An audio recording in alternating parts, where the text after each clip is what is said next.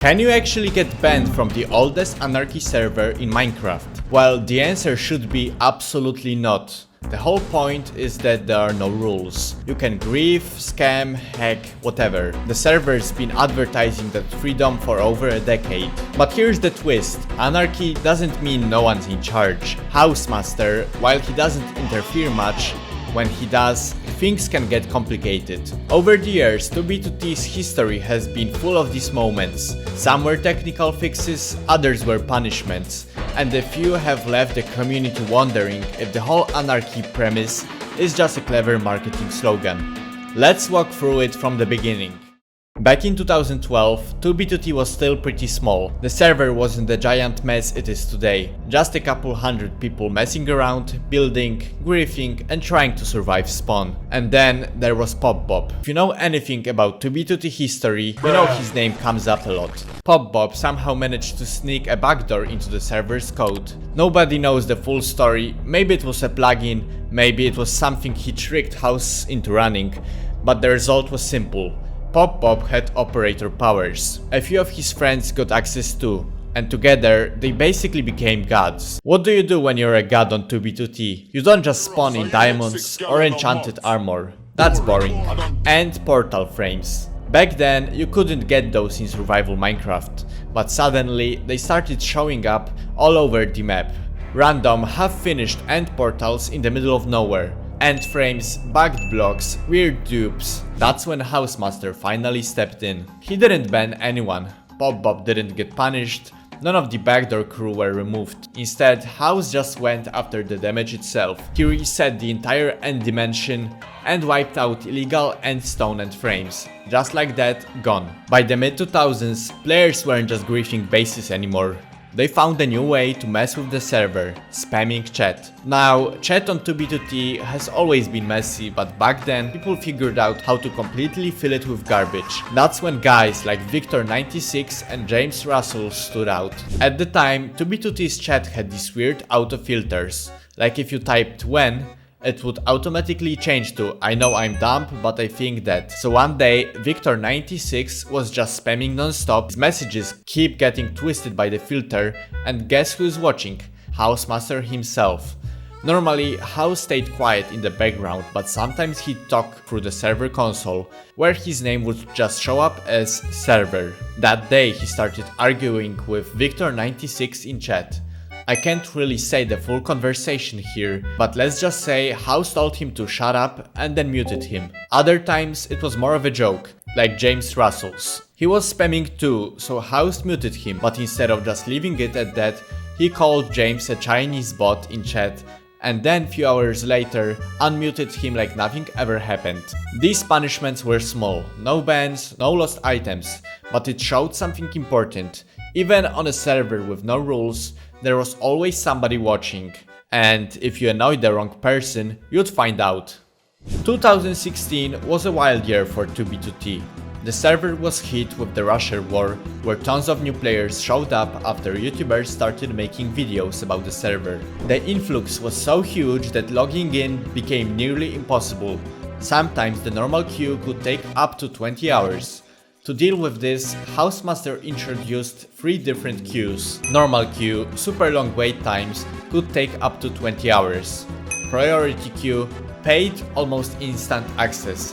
Veteran queue, free for players who joined before June 1st, 2016.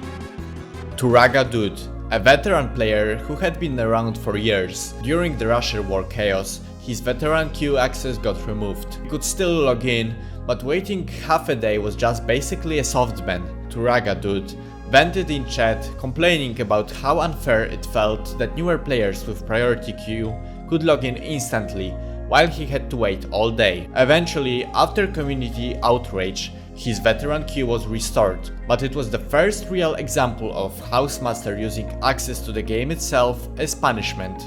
Then there's Landon, a YouTuber who posted a video exploring spawn. A few days later, his Minecraft account got hacked, and when he tried to log in, he found himself all the way at the back of the queue, waiting hours just to play. Things got worse. The hacker even teamed up with Turagadude to bedtrap Landon's account, so every time he spawned, he kept dying and couldn't get anywhere. He wasn't banned technically, but it was basically impossible for him to make any progress. Reben, another veteran, had his veteran key removed temporarily after being accused of selling his account for real-world money. He complained in chat, frustrated that priority-paying newcomers were getting in before him, while he had to wait hours. Even James Russells, who had a history of chat spamming and minor mutes, got caught in the queue restrictions during the Russia War. By 2017, the Russia War had cooled down, but 2B2T wasn't exactly peaceful.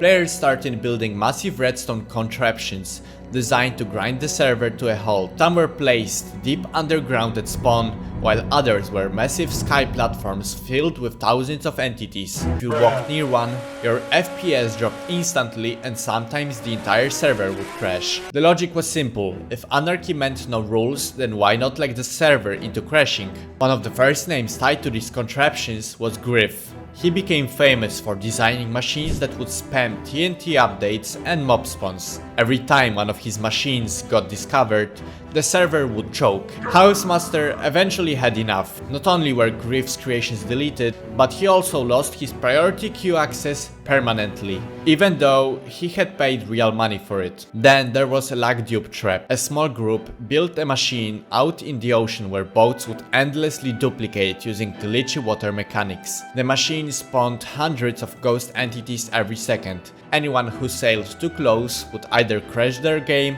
or get stuck in a login, disconnect, login cycle. Multiple players, including Siberian and Blockmunch, got stuck in that loop and had to beg for admin intervention. House responded by deleting the machines and quietly warning the builders in console chat. The punishments escalated. Queue stripping became the go-to weapon. It didn't matter if you'd been around for 5 years or paid for prio. DarkXL, for example, lost prio after repeatedly setting up chunk ban machines near spawn, which forced hundreds of new players to crash the second they joined. Some even accused House of ghost banning accounts that were repeat offenders, meaning you technically weren't banned, but every time you tried to join, you'd get stuck at the back of the queue or in constant timeouts. By late 2017, everyone understood the unwritten rule. If you build something that threatened the stability of the server itself, you'd face real consequences. By 2019, one group took trolling way too far: the Book Club. Book banning had been around for years, stuffing shulkers with corrupted books that would crush players or even corrupt chunks. They set up traps right at spawn. You'd join the server as a fresh player, walk a few blocks, and boom, your game would instantly crash. House patched the exploit, but instead of stopping, the Book Club fired back. They started a campaign called No Server November. Every single day that month, they'd fire off lag machines and exploits to bring the server to its knees. And for a while, it worked. Logging into 2B2T was like rolling dice. Would the server stay up? Would it die in 5 minutes? Nobody knew. House finally snapped. He stripped 15 Book Club members of their paid priority queue and banned them from the donation website. And if that wasn't enough chaos, a splinter group called the Brown Men popped up. They used the Skylight exploit that would basically ban you from the server if you walked into certain chunks near spawn. New players would log in, wander too far, and find themselves completely locked out. Eventually, House rolled back all the bans and patched the bugs, but the message was clear: this wasn't total anarchy anymore. If you went too far, the admin would fight back. A player named 4Pilot claimed he'd found a hidden base, and not just any base. According to him, it was linked to Hausemaster himself. He leaked screenshots showing strange edits, empty chests, and structures that looked off. Not long after, the base was gone, and when asked about it, House just flat out denied knowing anything. But the damage was done. Whether the story was true or not, players started whispering, does House protect certain people?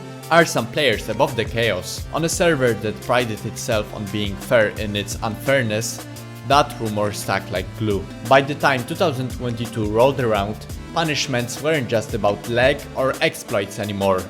They started getting personal. Take Forscan for example. He ran a little in-game newspaper called the 2B2T Times. Players actually liked it. It reported on bases, drama, and sometimes even the admin.